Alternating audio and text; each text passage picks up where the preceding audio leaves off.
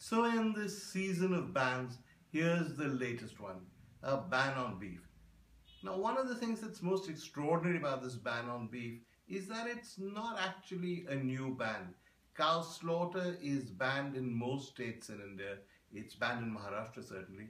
It's not banned as far as I know in the northeastern states, not in Kerala, not in Bengal, but pretty much everywhere else it's banned. Why is it banned? Well, because when the constitution was being written, there was a huge movement against cow slaughter, and through the 50s and the 1960s, it was not uncommon to have sadhus parading to parliament demanding a ban on cow slaughter.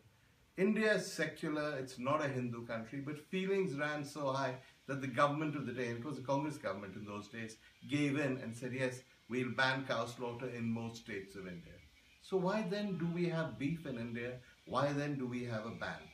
Well, two things. First of all, technically we don't have beef in India. What you're served as beef is meant to be buffalo meat, which is nearly the same thing, but not quite, because the water buffalo is not sacred in any religion as far as I know.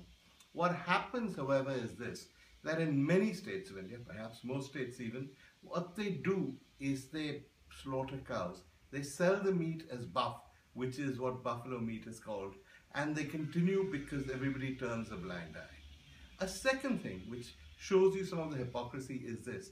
India is the second largest exporter of beef in the world. Yep, you heard that right.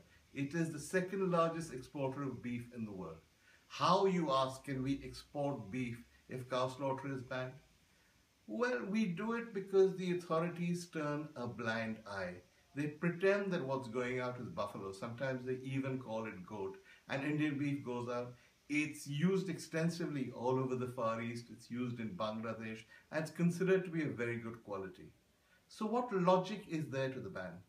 You know, in Haryana, the penalties for being in possession of beef are like the penalties for murder. Never mind that this is a state where honor deaths and rapes and dowry deaths are quite common. It's beef they're concerned about. In Maharashtra, they're treating it like a dangerous drug. Well, the answer is this. The hypocrisy continues. I don't think the beef business will be affected. We'll continue exporting beef. But when a Hindutva government runs short of actual measures, it runs short of development issues, it can't deliver, then it falls back on the old standbys. So the ban on beef is nothing more than that. It's a gimmick. It's an attempt to please the vote bank. It makes no sense.